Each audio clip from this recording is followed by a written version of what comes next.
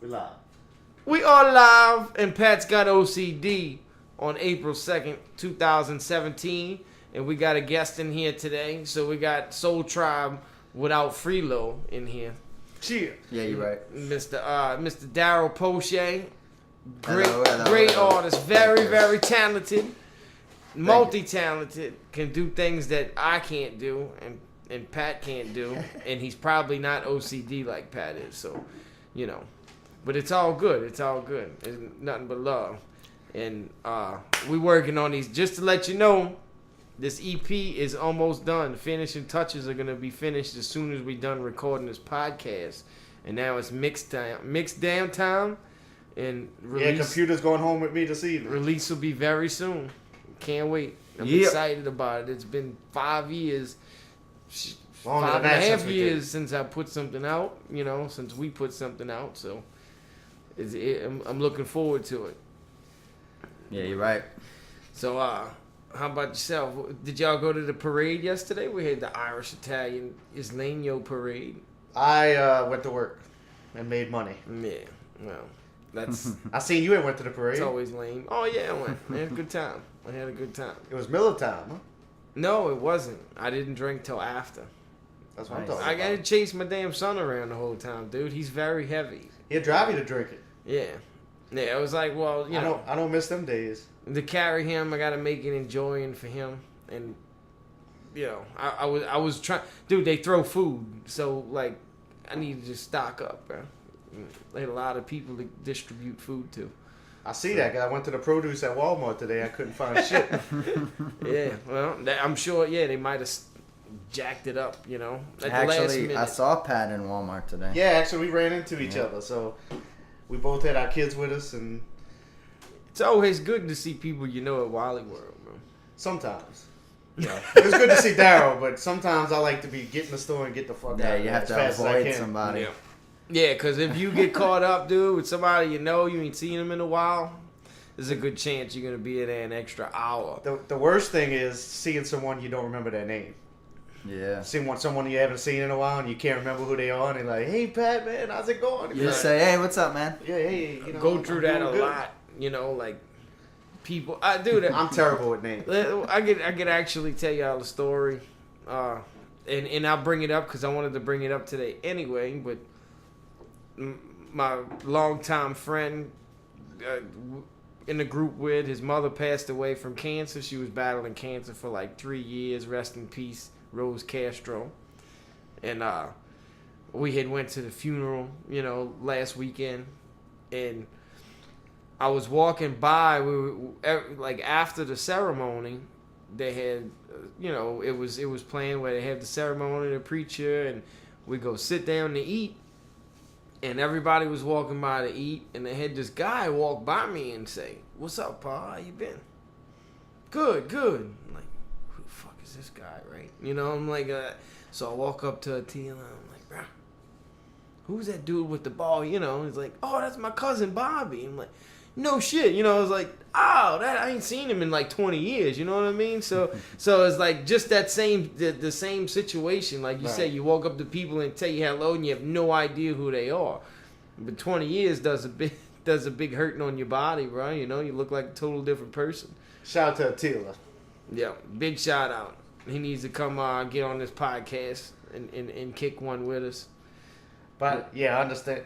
You don't feel worse when someone calls you out on it and asks you. You don't remember me, do you? And that's the worst feeling in the world when you be like, I do. Oh, when they actually call you out on it? Yeah. That's what I'm saying. I played it off, and I felt bad about it. But we told him after that I did it, and he laughed. He laughed it off because it's 20 years, bro. Yeah. Right. Maybe I didn't change as much as he did in 20 years, but Yeah, he how had many people long have, hair and an undercut. I still have. I had a fade the last time he saw me. You know. Yeah, what how I many mean? people that came in and out your life in that 20 years that just your brain can only tolerate so much. Well, yeah, your brain can only Data. hold so much information. So as you input new info in it, new people in it, the old ones get thrown out, and some never leave. Right? Some never leave your brain.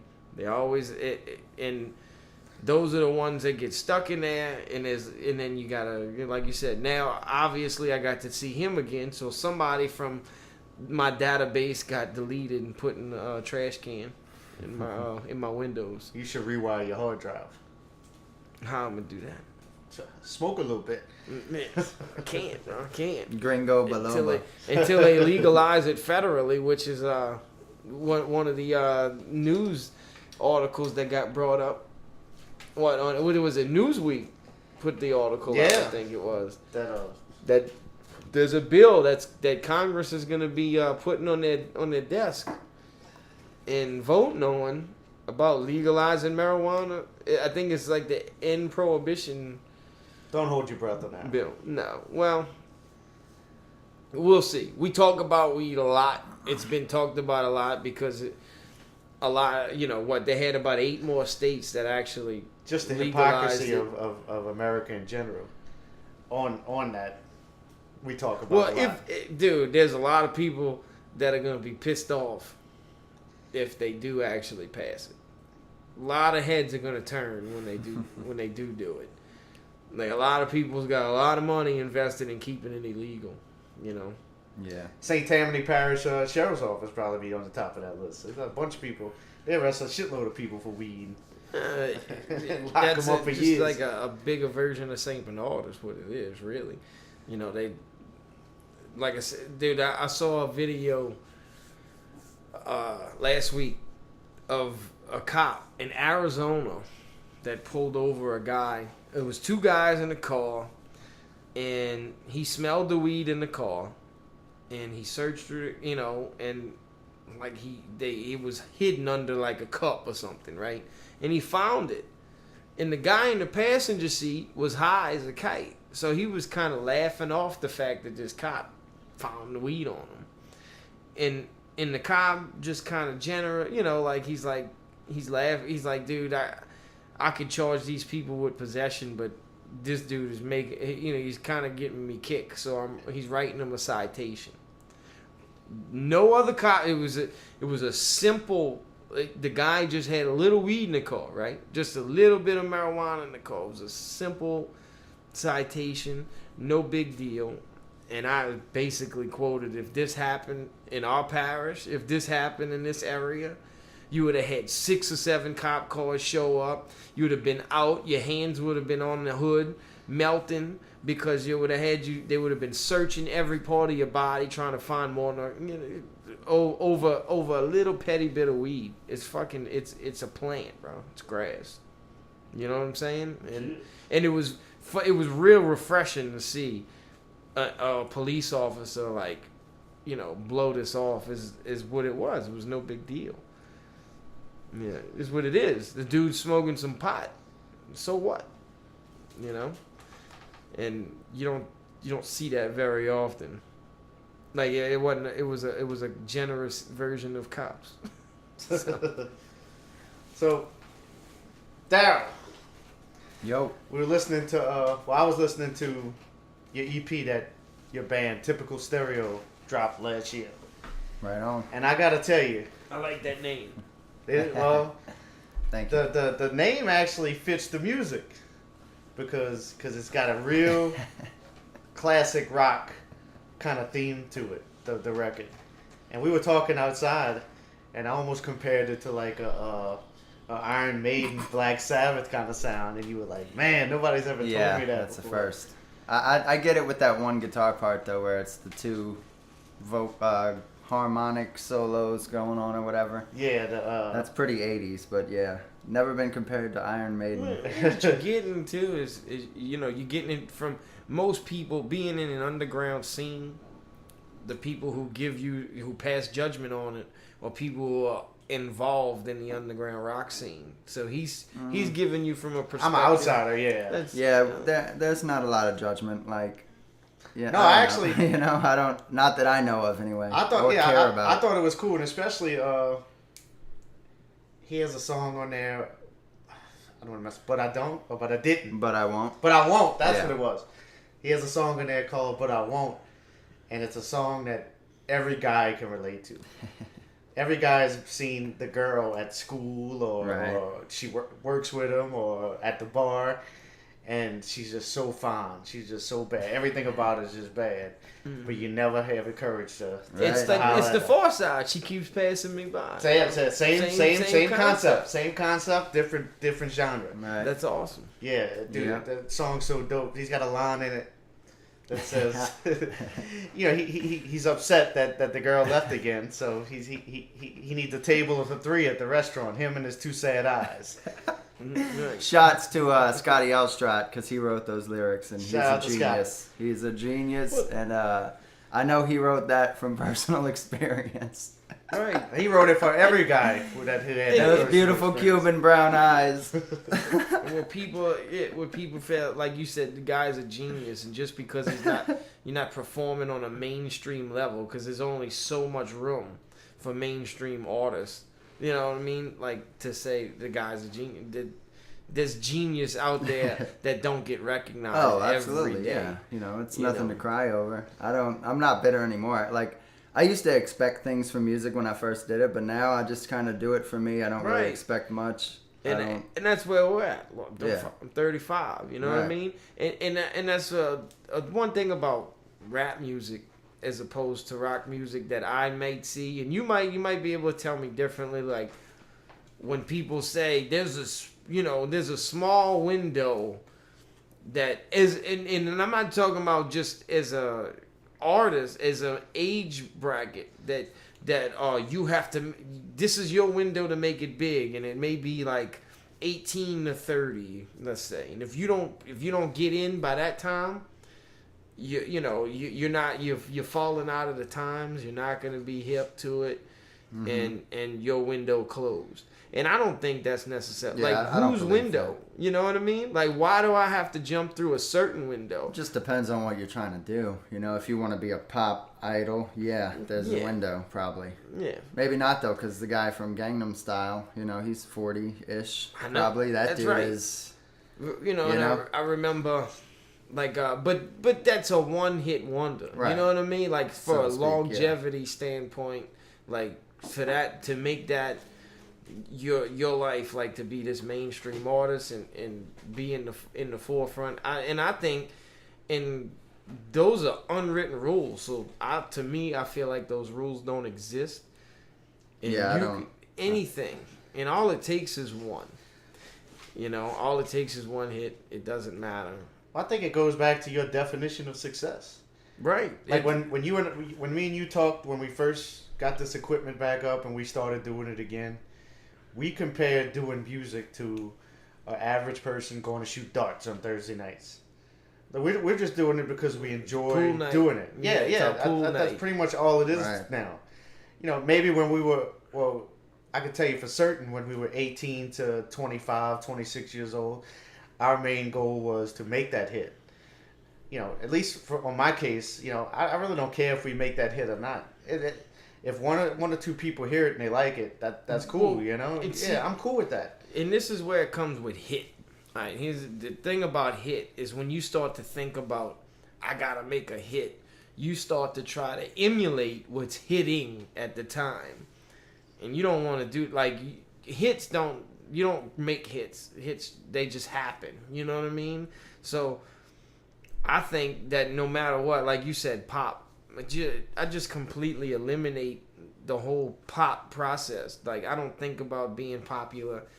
And it's pool night for me, but at the same time, like, the way I look at it now is that I do want to reach people with my words. You're on a league. You're on the pool league, and you actually give a shit about it. You're not just going there to play with your buddies. I'm an artist. And what really got me back into it, and I was thinking about this today because I knew we were going to get into being an artist and all that. Like, I kind of woke up to the fact that, what the fuck am I doing? Like, I'm an artist. Like, I've been doing, like, I spent 15, 16 years of half of my life doing it, and I just stopped. And I stopped because of the environment and other people. I let other people just kind of put a halt to what I built. And it, I'm losing touch with me, who I am. Mm-hmm. And I never was. I was always an artist. And that's the way I looked at it. Like, and especially rap, like us being who I am, being a white rapper, you kind of get that stigmata where people look at you is I guess you could say what the Malibu's most wanted. Like most people think that. Well, I'm just saying a lot of people see that and they like you only thinking about one group of people, one type of person, and as an artist, nobody knows me on a personal level. And when I love all music. Like, I've been listening to every genre of music. If I skim through my Pandora list, you'll be surprised at all the different stuff that I listen to. And I just happen to be pretty good at rap music. So that's what I do. That's my way of expressing my thoughts and feelings. Right. And I ain't trying to do pop. Like, I want to, every time I put the pen to it now, it ain't about writing a hit for me. It's about the emotion. And if I can touch at least one person every time, I'm good with that. I don't care who listens. As long as I can hit one person, that's what art is, bro. Absolutely. And that's where we're going with this for now. And that's what's so beautiful about this Sol Trybe record for me, because it's bringing different genres and different ideas to the forefront. And like we all got in on this, and I want it to sound as less hip hop as possible. The least I can, because I'm gonna do that. I don't want it to be hip hop. I want it to be different. You know what I mean? I wish it was longer. I wish we had more room to put more music on it.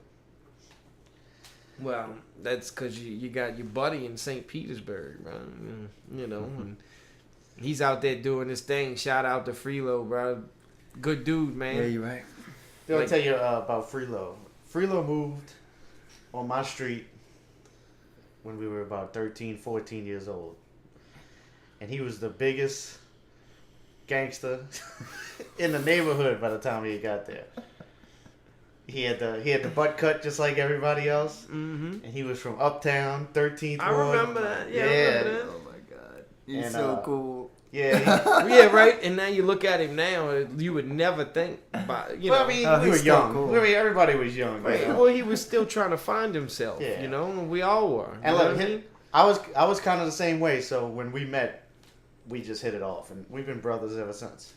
It's just, I done been through everything. We ran away together. We slept in somebody's backyard one night in freezing cold weather. Mm-hmm. The story. Our parents are running around looking for us, in the middle of the night. If he ever gets on here, we'll talk about it. Life is a journey, bro. It really is. And you look at the different stages and change. And no matter what people say about people change and they, you ain't true, you not staying real. No, change is imminent. It's gonna happen. Everybody I would call change more growth. Right, it's a growth. Change is growth. That's all it is. It's not changing. Like I still have the same love for the same people that I grew up with and hung around. But change is imminent. Like I have, especially as responsibilities start to weigh on your shoulders. Like we all got kids, man. We all got family to feed. And if we fall off, they fall off. So you don't realize how real life is until you got other people depending on your success. You know what I mean? And that's real talk. And that's where some people don't understand why you make, why you kind of wean things out of your life that was there in the past, because you're doing, what's best for the people that need you the most. You put people in this world, they didn't ask to be here. You know what I mean? You gotta do what makes them comfortable. You can't do what you want to do until they sitting right. Straight up. So, but my boy Freelo, bro, I can't wait to get his ass back to town as soon as this is done, man. We gotta get him. Yeah, we gotta get him. We gotta get him. Dude's got permanent gigs out in St. Pete. Every time I see him on social media, he's got to take vacation. He's promoting something. Yeah, he's pretty much working all the time. He got to use his vacation, which is cool, because tell you what, that's not a bad life. Yeah, he's doing it. No, it is good. He's doing it. Definitely. And I've been out there. It's beautiful. I mean, it's beautiful out there. Yeah. Would you rather come back?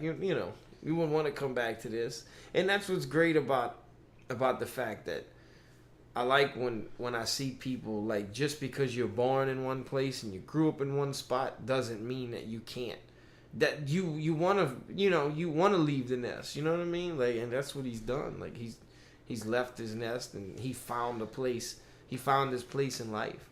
That's kind of what I was explaining to you about the marketing and all this stuff. That, all the music that you're doing. There's a whole big world out there outside of where you're from that you can reach. It's just finding the avenues to reach it. And just the United States alone, it's just so big. Just when I send you the stuff for all these rappers that are doing these small towns in like Kansas and Ohio and Indiana. Yeah, that you gotta understand how to reach those people, and that's and a lot of it is knowledge. You gotta be educated. You gotta be technologically educated, but you can make it happen from your house. You just gotta know what programs to use and how to touch those people. Well, that's why I tell people to try. I told State of Mind this the other day. Use as many avenues as you can to promote your brand. Like we're doing the podcast, and hopefully we'll start writing blogs again here pretty soon. Yeah. I got that in the works. Yeah, and then each and we shoot a video for Sol Trybe. That's where video is where it's at right now. Yeah, right. That's all people care about. Well, you're gonna be ready. You ready? Better be ready because we shooting a video. It's coming. We shooting a video. At least we got 4 or 5 songs on this EP. 4 or 5, yeah. Yeah. So you want? I would like to have at least 2 videos come out of it. And the intro you sent me today. You like that, huh? Yeah, it was nice. That is nice. That's going on Come and Get It. For sure. We got to show you that when this is over. We're going to show you what we're going to put on that song. So I hope we can get enough attention off of this that we can actually evolve this record. Like this is an EP. I want an LP out of it. You know what I mean? Right. I want an LP out of this. I want us to get enough attention where, hey, let's grow. Like, because what we did was really just us huddled up in a room, just throwing something together real quick. Can you imagine if we took the time out to actually think about, and bring it more? Yeah, I want more musicians involved. You know what I mean? I want the live sound involved in our records more. Well, we had a 5-hour window. Right. That these songs were pretty much. And that's what's so beautiful about it, because people are gonna be like, "Damn, y'all did that in 5 hours." Well, we didn't. Rappers had to take their time. Oh, the writing part of it, but the ideas, but these guys, Freelo and Darel, came in here, and they just freestyled almost every hook on the record. Darel rap. I just want to let y'all know he rapped and he did a good job. Yeah, that was weird. That was your first time? No, I did some rap songs by myself on a 4-track back just in the playing, day. Huh? Oh, 4-track MIDI right What kind of 4-track? What kind of 4-track you had? You had an audio or was it digital? Tascam. No, it was a analog with a tape. That's you, man. I grew. If it wasn't for the 4-track, we wouldn't be sitting next to each other. I might not either. That's how I started developing songs a lot more. I had no idea how to get involved in. I hadn't. I was pro. Like, I didn't have money for a computer. Like, I didn't. I was broke. Like, I spent all I knew, and I had no guidance. Like, I didn't have anybody. This is one of the things I could hang in my head. I had nobody to guide me through and teach and show me how. Like, what can I use to record on? All of that stuff. All the behind-the-scenes stuff. I had no idea. I didn't know. Yeah. So I kind of was the leader of that with my crew that I grew up with. And it's funny because it's neighborhood kids. Neighborhood kids get together. One starts doing it, and all of them want to get involved. And I think everybody has a autistic side inside of them. They just don't know how to pull it out. But is that the left side of your brain? I don't know. It's somewhere. It's the pineal gland. That's what it is. But the fact that, like, the 4-track, the first thing I ever recorded on, in Pat, because he came to my house, dude. We had a radio track mixer. I took a radio track DJ mixer, a double cassette box, some speakers, stereo, and we would record everything live, like just straight up live. Like we didn't, 4-track you can punch in. Mm-hmm. You couldn't. And then we would have a crew, 4 or 5 guys on a song together sometimes, and if you fucked up. You for the 5th verse on that song or whatever and you fucked up, that means everybody's got to start over again. That's usually the shittiest rappers started off the songs. So you gotta So you gotta take one for the team. Like, you're not even rapping for yourself when you rapping for everybody else, because that dude dropped some hot shit earlier. You don't want to fuck up. And if you fuck up, yeah. But what it did for me was it was a great growth period, because it was I had to rap on so much that it was practice. It's running drills. Yep. it was drilling you. But then when the 4-track came along, the only reason why I even knew to get a 4-track was because I went by somebody's house who had one. So I had to follow other people's paths. Yeah, I was borrowing a friend's also. I didn't even have my own. I just had a friend that let me use it. And that's what what I would do once I got the 4-track. I finally got a Papa Stopper, and I started to make records with the 4-track, which was great, because then you knew how to make, I didn't even know dubbing, when I first started ad-libbing and going over your voice twice. Mm-hmm. I didn't know how to do that.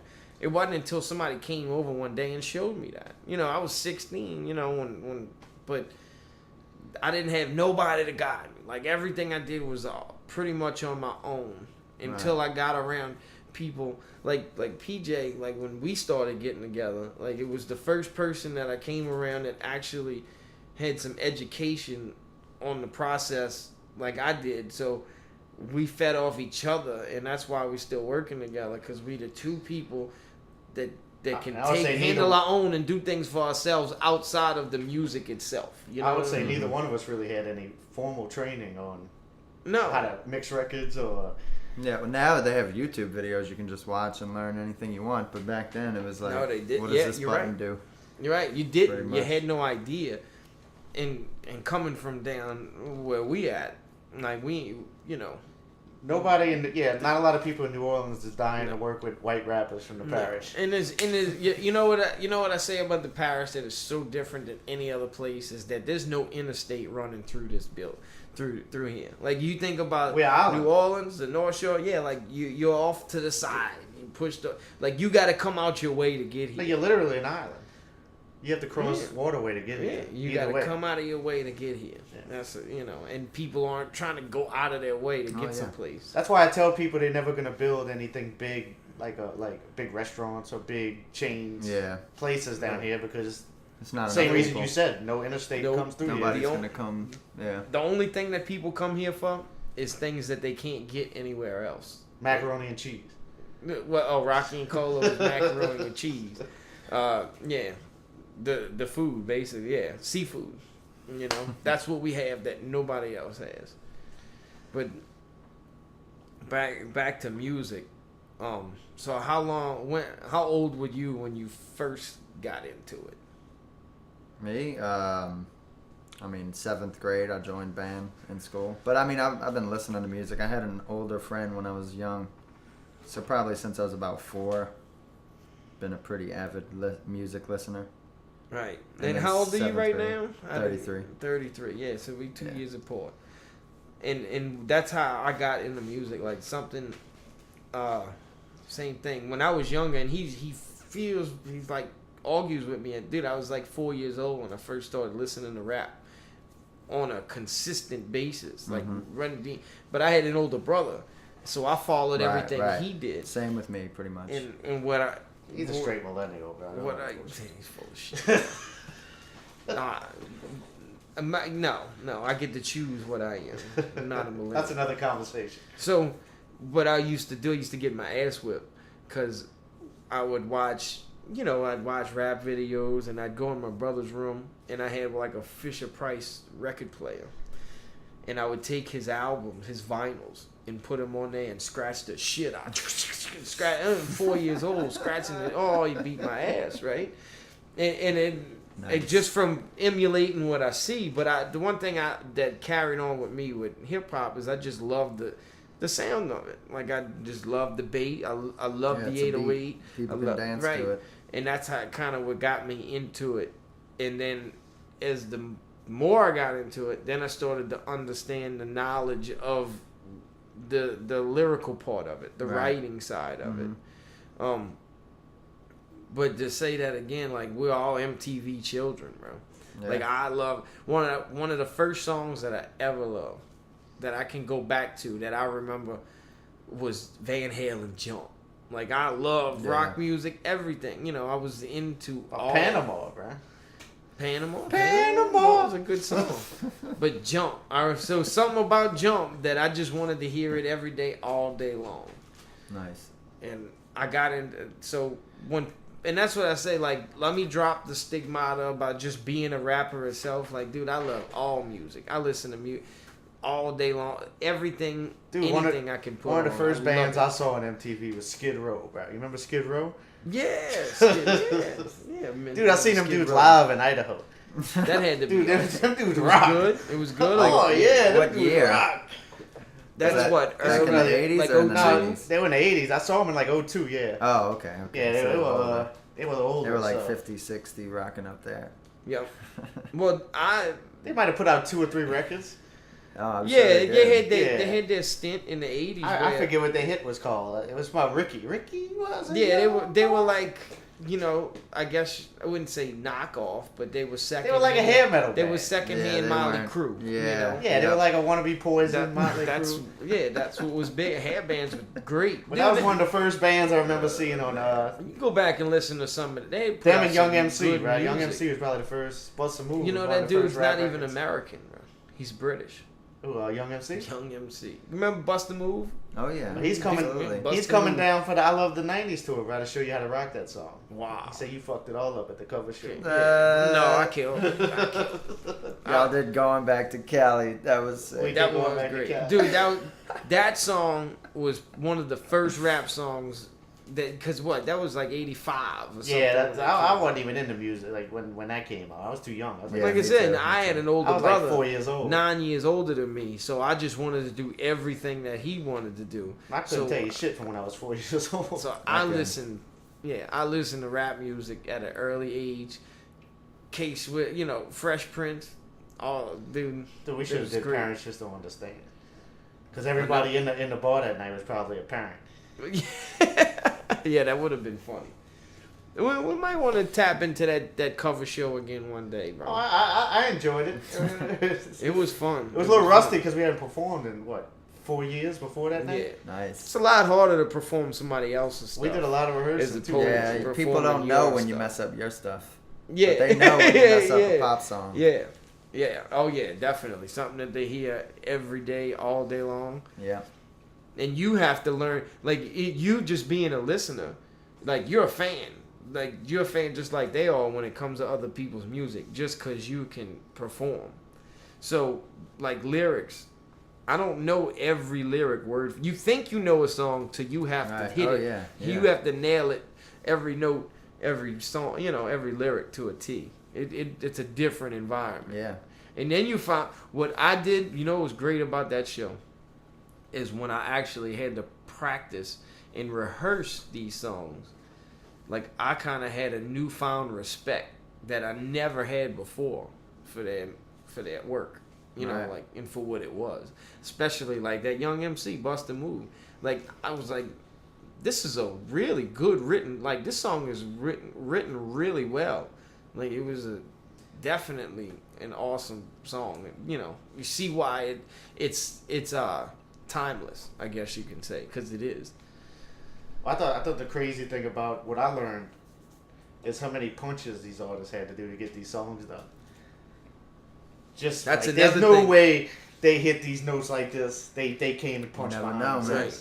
But well, you're right and you're wrong. But you say you never know. But you can tell when you listen to some of the songs. Yeah, we came in and recorded these songs. They're blended, with rap music, where the breaths lie, where the breaths lie. Right. It's dude, he punched in right there. Right, I could just right. tell. You know, there's no. I hate analyzing stuff like that, but I do it all the time. Like you hear something in a song, you're like, oh, that's where they cut it, you know, or they spliced Right, the tape, but or they you punched in a because you're an vocal. artist, you understand that. You see things that others it's a can't curse, see. though, almost, and that's what like we were talking. What you did that night when you performed with that playing the guitar up there by yourself, playing an instrument with your foot. Like people don't realize how hard that is to do. But you can create the song right there in front of everybody. You know, yeah, like he's creating every instrument right there on the right. But I mean, like that doesn't even matter to me. Like doing that, I just want to have the sound. I want it to sound like because when I play solo with an acoustic guitar, it just doesn't feel right. Like the song doesn't sound like I want it to sound like I want it to sound. So I play with the loop thing to get that bigger sound. Yeah. It limits what I can play. I can only play, 20 songs, but like that sounds full. You know, that's what I want. Like I don't care if people are like, "Oh, he's using his pedal. How's he doing that?" Like doesn't matter as long as they're enjoying the song or just. And you know what? And most people don't. Like most artists are thinking what you're thinking when they're performing it. Like you want something done, you're gonna do it. That's why you're doing it because you want it done a certain way. You're doing it your way, but as a listener. Or as a spectator, because you're watching something live, like, wow, we looking at the viewers looking at different things than what's going processing through your head. Right. Like I went and saw Kid Rock live, and I couldn't believe how great he is because he can do everything. He's awesome. Yeah. He could play every instrument. He put on an excellent show. The dude came from just being an MC. Like he was just a rapper. He started out as just a rapper, and now you can't find rap music in his. You can't find rap in his catalog anymore. Like he sings everything. Way back, yeah. He plays all his instruments, and he probably could play them back then, but he used hip hop. Didn't pay the bills. Yeah, hip hop got him in the door. Yeah. Kind of like Yellow Wolf did. Yeah, he evolved into that too, but he doesn't play like Kid Rock plays. I don't know what kind of instruments Yellow can play. But I'm gonna tell you, first time I saw Darel play, he played with Freelo out in a bar in Metairie. This is before Freelo made his move to St. Pete. So I want to say it was Babylon. Okay. Is that the name of the spot? Yeah, we played there. And dude, he played the Prince song "Darling Nikki" that night.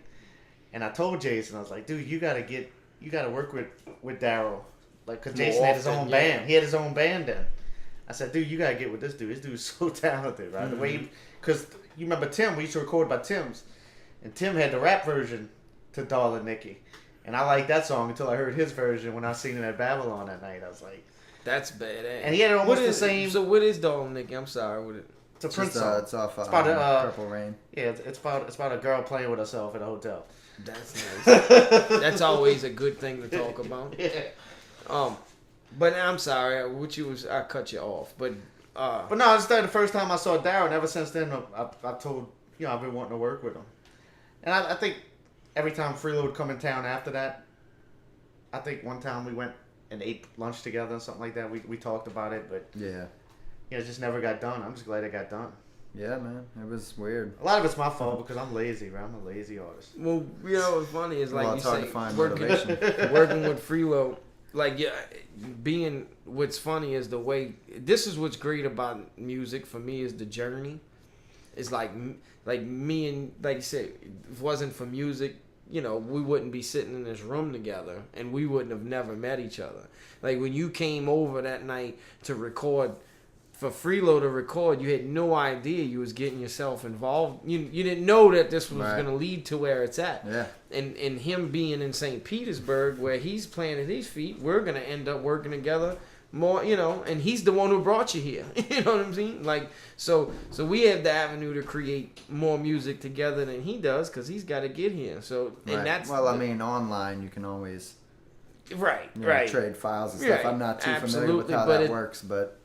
It is, but it's a lot different when you actually have someone, when you physically can there, get together physically and create. Because when you do it online, it's either I'm gonna make the I'm gonna be the one to come up with the concept, or you're gonna be the one to come up with the concept, and then I'm gonna lay the groundwork for you and show you where you want to where you should finish, right. or what you should do to it, and rather than us getting together and coming up with these ideas together and catching something as you're doing it in the act of doing it and altering it like that. Right. So do it from a distance.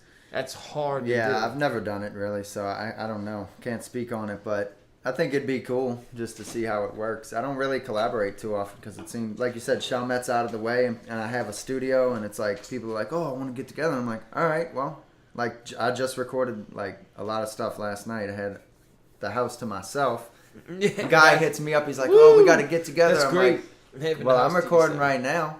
He's like, "Oh, I'm tied up." I'm like, "Yeah, I know. Nobody wants to." I'm like, I don't expect anyone to come out to Chalmette to collaborate. Like, the only times I've collaborated on my stuff, I've went to the people, recorded wherever they were or wherever we were, and that's how it worked. Like, a couple of people came to the house, but that's like good friends that have come to my house before, Mm-hmm. Well, you got you got two to collaborate if you have a. Yeah, you're right. Yeah, well, like I was saying, we're gonna work a lot. I want to work a lot more in the future on other projects, even if we don't actually do another Sol Trybe, or if Freelo, whatever holds on with that, we can continue to name. We could continue to call it the Sol Trybe record, And Sol Trybe's a group me and Freelo had when we were 16, and we vowed if him and I would ever work together on something, that's what it was going to be called. But the name is elegant in the fact that, especially the spelling, the way soul is spelled, and it means son. Oh man, did Freelo spell it? Because that dude's always putting soul in all of his vessel. Yeah. He's in vessel now. He's the soul, man. He's the soul man. It's deep. It's great. And dude, I like the idea. And here we go, and this is what gets me is, let's go back. I can go back and tell y'all a story about how I had the opportunity to actually do similar to what we're doing now, but the way it was presented to me, and being as young and stubborn as I was at that age, one of the deals I signed, Mad Track Records, big shout out to everybody who was involved in that. I learned so much from being around those people, because shout out to Deeper. Yep, Deeper. The two who run the label went out and they went to major labels and shopped you, showcased. Yeah, it didn't not just me, but the premier artists that they had on the label. They shopped everybody, and one of the things that they said about me, and it was like, look, this dude right here, you can take him right now and bring him to any rock label right now. All you got to do is just walk in the door and show them what you got, and they'll sign him and stick him in a band right now, and then it's a wrap. Because that's what was big at that time. It was 03, 04, it was like 03. You got your the Kid Rock, Linkin Park thing was going on. So right, 311. When they presented it to me, I'm like, man, fuck that. I'm an MC. Like, I'm a rapper. Like, nah, I ain't doing that shit. And Ego. I was it's ignorant. It was so stupid. It was such a stupid thing to say. And what's so crazy about it is the fact that I love that music. Like, I get into that. I'm listening. I got Kid Rock CD probably in the player at the time, and I'm telling these guys that I ain't fucking doing that because I'm a rapper. No, bullshit. I'm coming out because I didn't want people to get the wrong idea about who I was by paying, forget paying dues. I'm true to myself, and that's bullshit. And I really wasn't being true to myself because that's something that I'd love to do, and I didn't think about it at the time. I was just being ignorant, I guess you could say. And now it's fucked up. Like I should have did it, right? It may be a different story today. We wouldn't be sitting here today. Yeah, maybe not. Straight. Well, we may have been. You never know. Who knows? You never know. But that's where we're going. That's where I would love. Like, And I didn't think about it this way. I was like, dude, I could have did that and still did my own thing on the side. You know what I mean? I could have made mixtapes and you listen to Everlast all the time, and that's pretty much all that is. Yeah, but the thing about that is, like, for example, I played in cover bands. I played guitar, like, as my real full-time job for a year. And it wasn't in my band. We were playing other people's music every night. And I was like, man, this is a great time. I'm making money enough to live, doing what I love. But it's not me. You don't want to play. At the end of the day, I couldn't do it.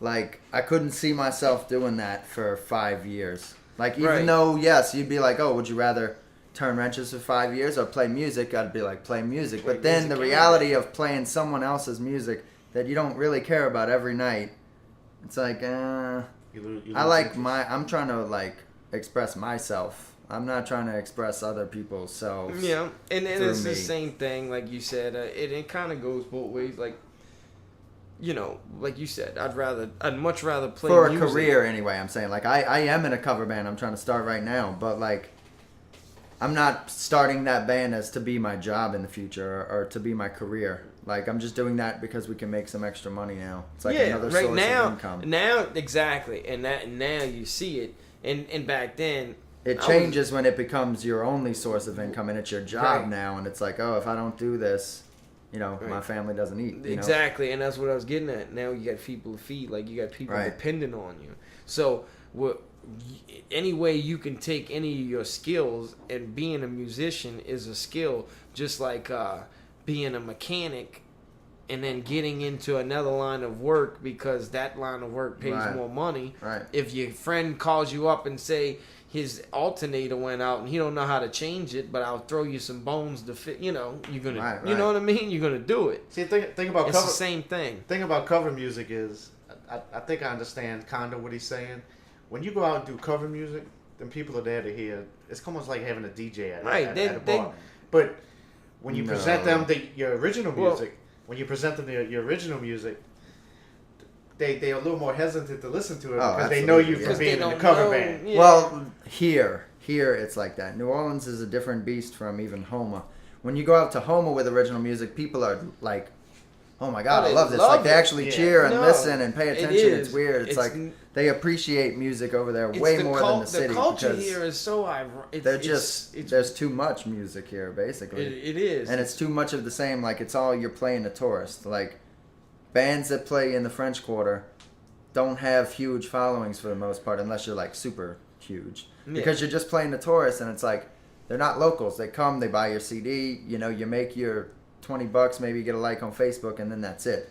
You're not building something in like the way that you would if you were in maybe Houma and you were a band playing in the same crowds and building people that actually love you and, you know, live there. It's such a great thing that you brought up because, like, that's what I was telling him. Like, instead of one of the mistakes that we've made is try to blow up from the city and grow. Yeah. No, you have to go around the city, then come in. You actually have to leave because when they find out, when you go to other places and they find out you're from New Orleans, they love that. Like, they represent that. They fall in love with the concept that, you know, because they don't get to see people from New Orleans every day, and they love our culture, they love our style, they love our accent, they love everything about us, and you carry New Orleans with you wherever you go, you know, and that's the problem, and that's one of the biggest issues that we had,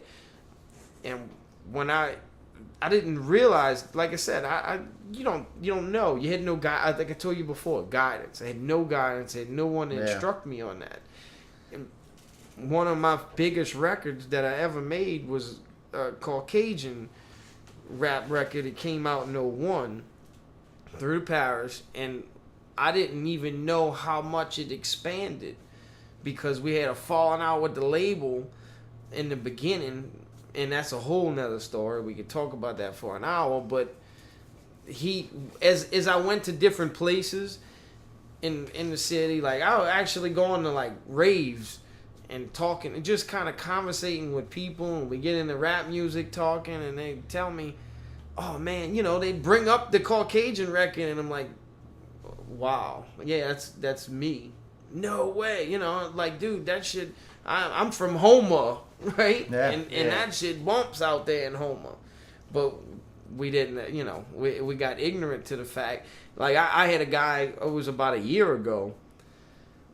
You know, like finally met me. He knew he knew I was affiliated with people, and he finally met me. He's like, dude, I was in Arkansas, and I heard your shit. That's awesome. Like, that's how far it stretched. You know what I'm saying? Yeah, so it's crazy. You don't know that kind of stuff. No, like during the MySpace days, they had this map that had pinpoints on the world of people that are listening, and it showed like a different color if more people are listening in this spot. Yeah. You know, like New Orleans is red because so that's you where all can your kind of friends monitor are. where your group. Yeah, right. It was good. It was your target areas. Like, and they had like some people in Japan that were checking out my shit. Like it was red in Japan and red in New Orleans, and that was it. Everywhere else it was like white. Dude, even sprinkled anywhere. Like I'm just like, someone in Japan is checking the shit out more than once.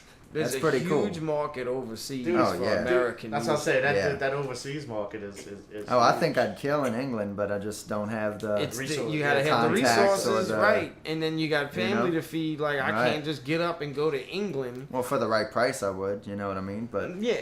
Absolutely. Not for free. You gotta know the money's there. Yeah, right. It's not like you're gonna go out there and just try to find it. You know, like you gotta take chances. But you have responsibilities. Right. Like, it's a lot easier to tour locally than to try to build something in a separate country with no... Right. You know, if you got your music in the right hands, like anywhere, though. And especially, like, that's big. Underground hip-hop is huge in other countries. Like, there's a huge market. Oh, like Amsterdam and Copenhagen and places like that. Like, they don't want nothing to do with mainstream music. They love underground hip-hop. And they dive into it. You know... the ego aspect in bands, Darel. I mean, how does that affect? Like, we've been rapping for years, dude, and all the rap. The big thing about rappers, dude, is egos. Like everybody is. No, musicians too. Yeah. Yeah, I imagine it's the same thing, but it could almost like we done did shows where it fuck up whole nights because somebody didn't want to get on stage at a certain time because we gotta wait for the place to fill up, and we'd be in these bar rooms till like 1 a.m. before we got on because the opening act felt he was too good to play in front of 20 people. Yeah. I just wanted, I wanted to know how is that. Y'all get that same thing when y'all do shows like multi bands get together to, like, one band will come. Yeah, I'm pretty chill about all that shit when it comes to other bands, but within the band, the egos are interesting. That's the same thing. It's like 5 women, you know. It's like trying to date 5 women. Yeah, because everybody's got to kind of be on the same page, and everybody has their own needs, and they have their own visions, and that's why it's hard for band groups in general. To stick together. It's sad, like, a lot of people have fallen outs and don't even discuss. Well, we're adult enough. At least I am anyway. If I have a problem, I will say something. Like, for example, we had a 45-minute to an hour argument over a song that we've been playing for like 3 years. And there was a part someone said, "Hey, is there anything we need to fix?" And I was like, "Yeah, there's this part in this song we've been playing." And they got pissed off. It doesn't sound right. And I was like, "I think we should do it like this." And I suggested the way that we do it. We tried it. One of the guitar players is very disagreeable. So he was like, "No, I think we should try it this way." So we tried it that way for 30 minutes. We're like, "No." I'm like, "No, it's not working. It doesn't sound right. Let's try it this way again." And I said the same way that I originally said, but I said it in a different way. And I'm like, "Let's try it like this." And then we did it again, and I'm like, "That's right." And we had someone who isn't in the band the whole time listening to us bitch like little women about like a song part. We're like, "No, it's got to be 2 guitars here, and there's a guitar, and you don't play here, and he plays here." And it was like, finally, we agreed, and at the end of the night, it was like, I'm like sweating from having an argument and trying to play this riff like 30 times in a row because we're like, "Let's play it again. Let's play it again. Let's play it like this. Why don't you go first?" And there's 3 guitars just bouncing ideas, and eventually we got it right. But it's like the ego of it was one guitar player who just wouldn't be like, "You know what? I'll do it that way."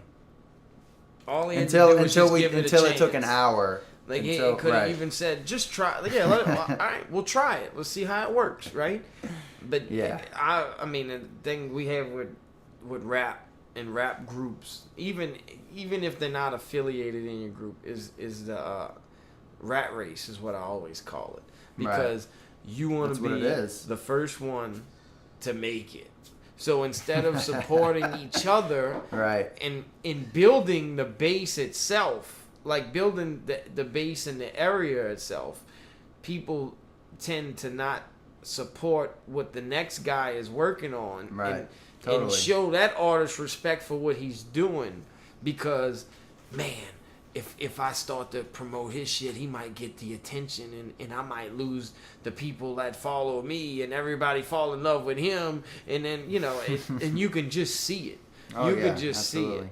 see it. And same with bands. It's, and I, you know, and the whole, that's one of the things that I noticed, and I worked with a lot of different people, and I try my hardest not to fall into that trap, because it does happen, like, you know. It's enticing. It's so I tried my best, like, and as I've grown as a person, matured, like, that's I just completely let go of any feelings like that at all anymore. Right, it's like, pointless to even. It's right, because what it does is it destroys the culture. It destroys you.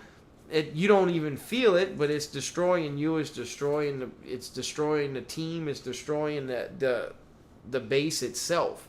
Like, you need to respect, just because, even if you don't think that person did something better than what you can do, you need to respect it for what it is, because they are artists. Right. They're creating. Like, show this person love, fulfill him, make the universe a better place. Fulfill this man with a woman with a great feeling inside for the time and energy that they spent doing it, so they can go back and create, you know, because if I do something good, I'm going to want to be better at it, and people liked it, and they respect it for what it is, and that's how you create a better environment and a better base. And it's great competition, because, okay, this guy's doing something good, well, it should make you become better, rather than discrediting what somebody's doing and being bitter about it.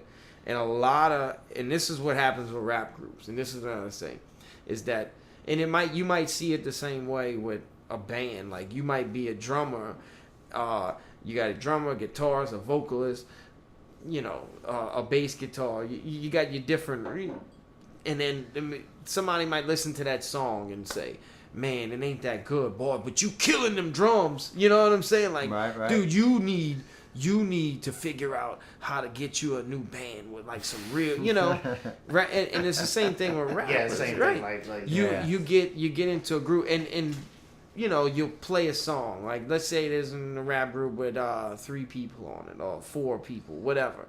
You play the song for your friend. Right? Of course, he's going to love what you do because he's your buddy. Right. And then he's going to tell you, dude, your shit is hot. Like, you need to go solo. You know what I'm saying? Like, dude, if you went solo, you would, you know, all this is, like, awesome. Like, you could leave, you know, and that's how it happens. So then that person takes that thought home.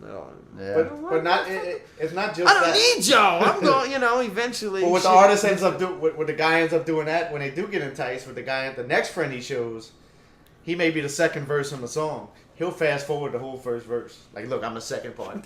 Yeah, I come right here, right after this hook. Or you're a guitarist and you got a solo. Like, you fast forward to your skip solo. The first 2 verses of the song. You know? Oh yeah, I know. Just check my solo out. Do that definitely. Yeah, it happens, and because and what's funny is, like, groups, bands, they don't realize, like, yeah, you might stand out in the crowd when you do your thing, but a team is a team, and all you need, it's just like running a car, you know, like an engine or motor. It's like a football team. Everybody has its components and what makes something special. Right. Yeah. And your work, you know, your component isn't gonna work right if you don't have that person next to you doing what they do. It's like a football team.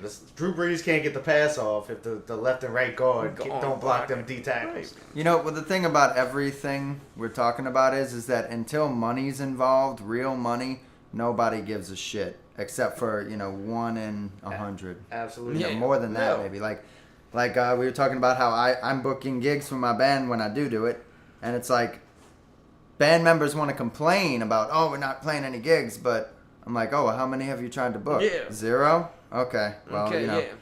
Good helping out. Thanks for bitching. And don't complain when I do book one Right. and you don't like the venue. Oh, that happens too. Yeah, same You shit. know? But I think but when you have money and you're like, look, guys, we're each gonna get $100 if we do this gig. Everyone's like, I don't care where it's at. It could be behind $100. the dumpster. Oh, if you I'm get gonna it. make $30. Yeah, it's like you throw $30 in someone's face and suddenly they're like, I care about this band. Yeah, let's guys, we gotta be better. You know, it's like it could be in the alleyway. I don't care. Well, I mean, they got money there. I'm not aware of the situation, but why wouldn't if me and Paul got a gig for we could say $30 each.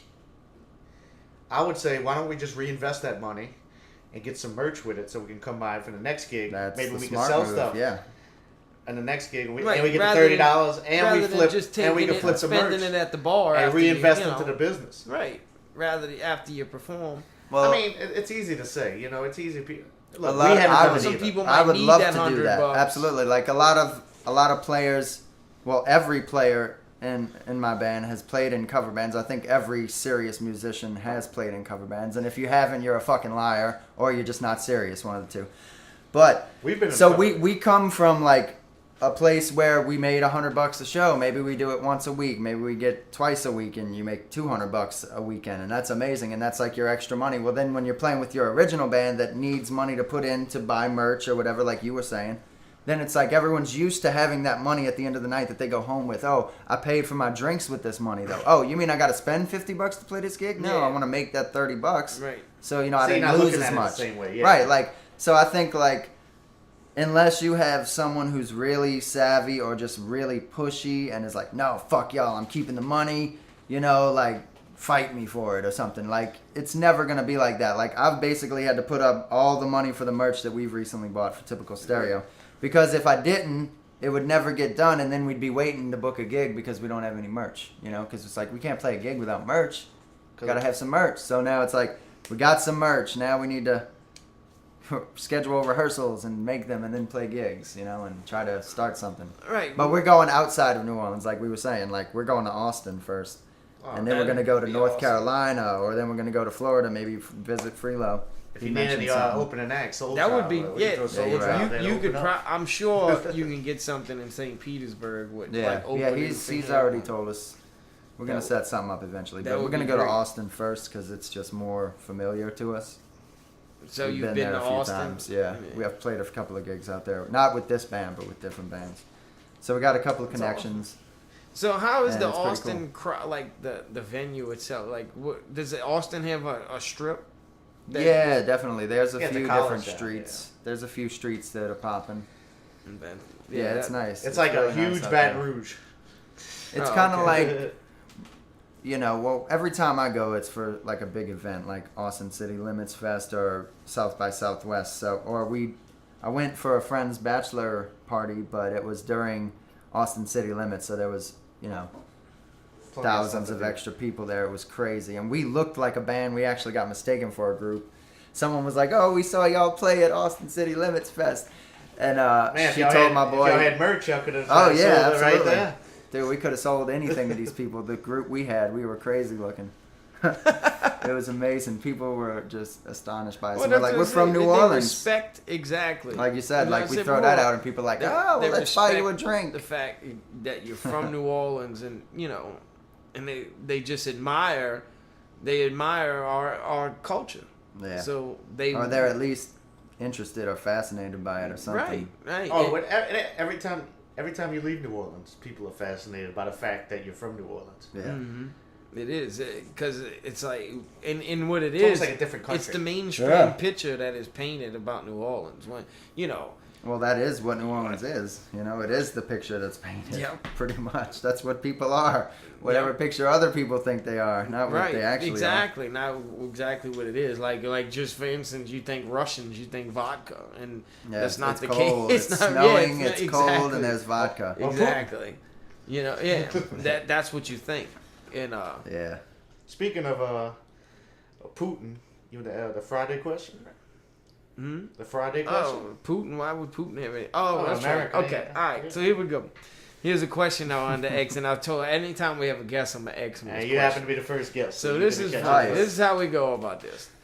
If the movie Friday is is the globe, is the world. What country, what character is America in the movie? Debo. Debo. That's the person that bullies and takes their stuff from people. I think that's one of the responses you're gonna get. I think you get a lot of Debo. I said Ezel. But I understand Debo. Yeah. Ezel's always taking advantage of people when they down. Why not Miss Parker? Everybody thinks America's sexy. I gotta take back Debo because he does get his ass beat in the end, and I don't think America's gonna get unless they take people's guns away, we will never get taken over by another place because everyone has guns and we'll fucking kill any other country. Right. We surely hope that he don't end up being America. Don't end up being Debo in the end.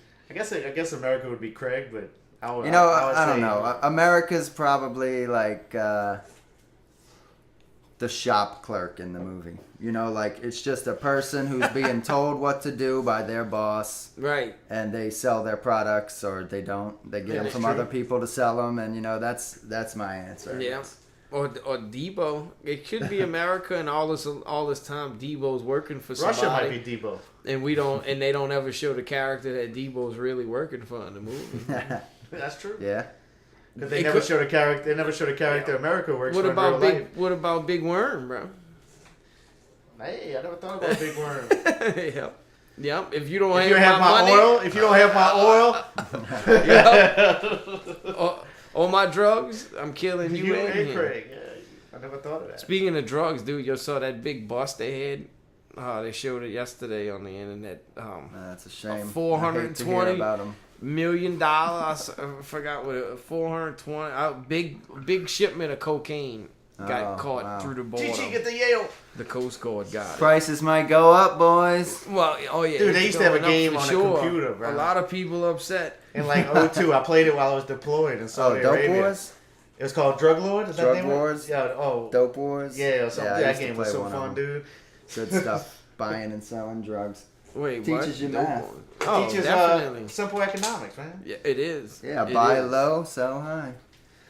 All right, let's wrap this thing up. It's been about an hour and 15. The only problem is like people are not smart. When that money comes that easy, you tend to just blow it, and that's what's fucked up about it. Like if you would be smart enough to take it, like you said, and invest it back and save it and push it aside. Yeah, nobody can live like that now because they don't want us to live like that, so they don't try to teach us to live like that. That's why they have commercials, because they don't want That's why they teach free enterprise in freshman year. They're like, freshmen don't give a shit. Let's teach them about economics then. Don't wait till personal finance is never taught in school. That's my favorite, dude. Free enterprise is the only one I could actually pass. That's if I wish I passed it barely, but I wish I would have paid attention to. I mean, I'm pretty savvy with money, but like not as much as I should be. One of the things that I wish I would have actually got a hold of was the stock market, bro. Yeah. And really respect it and understand how it works, because I feel like if I'd have been able to do that. Dude, they got a thing going viral now. I don't remember it when it came out, but it was Deaf Poetry. They got this dude preaching about the stock market. You got to check it out. I'm going to send it to you. But Pat wants to wrap up. Yeah, well, we got to. Yeah, we got work to do, player. And we got work to do. This will be part one. We'll have a part two of this podcast because it's great. You see, that's what I was telling him about, having the guests. Because we talk so much that it's not, like you run out of things to talk about. And once you talk about it the first time, it's hard to emulate that on a cast. So that third party, having that third guest in there and having different faces come in, it opens up a whole new avenue of conversation. Before we go, your thoughts on the Saints signing Bush back, Paul? Oh, Bush Raphael Bush, not Reggie, dude. No, Raphael, man. Yeah. Oh, he knows. The fourth Ninja Turtle. No, he don't know. The fourth Ninja Turtle. No, yeah. Well, obviously he's probably gonna be a starting cornerback for us. I think. That sucks. Right now, he's a starter. Aaron Brooks again. There you go. Drew is past his prime. Let's face reality, people. Shout out to Aaron Brooks. He knows so much about the game. Aaron Brooks should be the coach, right? He should be a quarterback's coach. Pelicans lost tonight. It was 16 tons, bro. Of coca? Worth $420 million. Cheap. Prepare your finances. What I had to say about it was that so the real shipment can really make it across the border. Like that was just the front, Yeah, and you read about decoy. it. I read a book about Pablo Escobar, and they would do that intentionally. Like they would actually push some dope through that they knew was gonna get caught. That way they can sneak the real shit through the back door. Over the real shipment through the back door, and that's why I say that. Man. Yeah.